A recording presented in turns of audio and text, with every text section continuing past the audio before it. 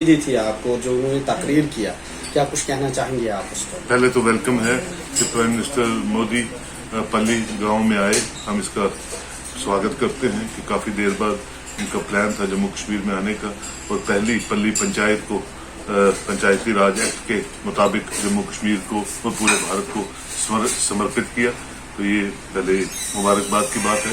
دوسرا، پچھلے 70 سالوں سے جو پنچایتی راج ایکٹ جموں کشمیر میں نافذ نہیں ہوا تھا، اصلی طور پہ کل پہلی بار نافذ کیا، اور جموں کشمیر کو ایک ریئل سینس میں بھارت کے ساتھ ڈیولپمنٹ کے بیس پہ، پراسپیرٹی کے بیس پہ جوڑنے کی پہلی کوشش جو ہے کل کامیاب ہوگی.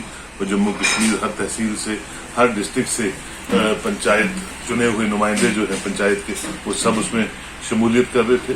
اور جو جن سیلاب تھا وہاں پہ، وہ یہ انڈیکیٹ کرتا تھا کہ لوگوں کو امیدیں ہیں، اور لوگوں کو بہت امیدیں ہیں جموں کشمیر کی عوام کو، آنریبل پرائم منسٹر کو اور گورنمنٹ آف انڈیا کو، کہ 5 اگست 2019 کے بعد بہت سی نئی چیزیں انٹروڈیوس ہوں گی، بہت سی نئی چیزیں یوتھ کے مادھیم سے جموں کشمیر کو آگے لے کے جائیں گی. اور پرائم منسٹر نے کہا کہ اپنے بھاشن میں کہ یوتھ کو بالکل پرواہ نہیں کرنی ہے، گورنمنٹ آف انڈیا کا اور پرائم منسٹر کا ہاتھ پکڑنا ہے، اور یہاں جتنے بھی پرائیویٹ انویسٹرز ہیں وہ یہاں آئیں گے. گورنمنٹ جابس میں ہر ایک کو اکوموڈیٹ کرنا بڑا مشکل ہوتا ہے، لیکن پرائیویٹ سیکٹر اتنا مضبوط ہوگا ڈھانچہ جموں کشمیر میں، جو آنے والے دن بتائیں گے کہ میکسیمم کنٹریز سے لوگ یہاں انویسٹ کرنا چاہتے ہیں. اور ٹورزم جموں کشمیر کی ایک بیک بون ہے. اس ٹورزم بیک بون کے ساتھ ساری انڈسٹریز جڑی ہوئی ہیں. اگر وہ فضا لوگوں کے تعاون سے یہاں بن جائے تو میں سمجھتا ہوں کہ ہمیں کہیں بھی باہر جانے کی ضرورت نہیں ہے. جابس کو لے کے جموں کشمیر سکشم ہو جائے گا. پاور کو لے کے جو 500 KVA کا انہوں نے انوگریٹ کیا، جو 24 گھنٹوں میں بن کے تیار ہو جائے گا. ہمارے یہاں بہت سی ریسورسز ہیں جو ان بیرنڈ ہیں، جن کو چھیڑا نہیں گیا ہے. اب انہوں نے کہا کہ ان سب ریسورسز کو چھیڑا جائے گا جموں کشمیر کے بچوں کے لیے، یوتھ کے لیے اور جموں کشمیر کی عوام کے لیے. تو مجھے ہوپ ہے کہ جب آپ کا ویژن کلیئر ہوتا ہے تو کچھ نہ کچھ راستے بھگوان ہموار کرتا ہے.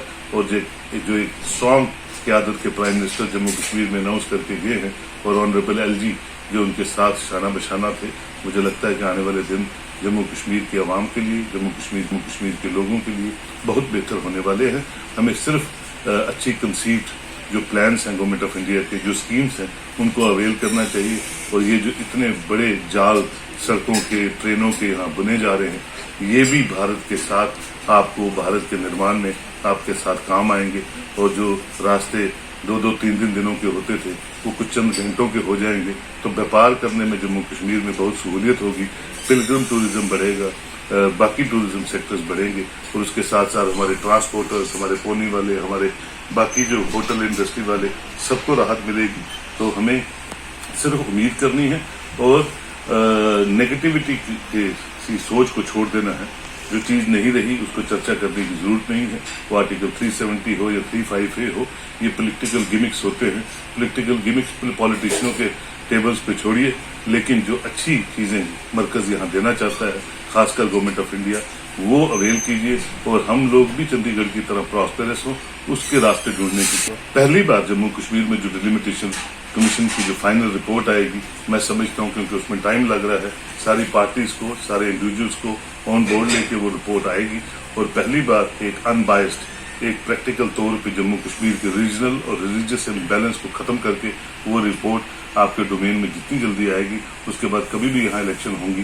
ہمیں اس کی امید بھی ہے اور یقین بھی ہے، کیونکہ جموں کشمیر چھوٹی سی ریاست ہونے کے باوجود ایسے علاقے یہاں پہ ہیں جو کبھی ڈیلیمیٹائز نہیں ہوئے ہیں، جو میں سمجھتا ہوں بہت بڑی ہیومن رائٹ وائلیشن رہی ان لوگوں کے ساتھ، ان خطوں کے ساتھ جہاں ابھی بھی DSL کے ٹاورز نہیں چلتے ہیں، یا جہاں ابھی بھی راشن کی گاڑیوں سے راشن سپلائی کیا جاتا ہے.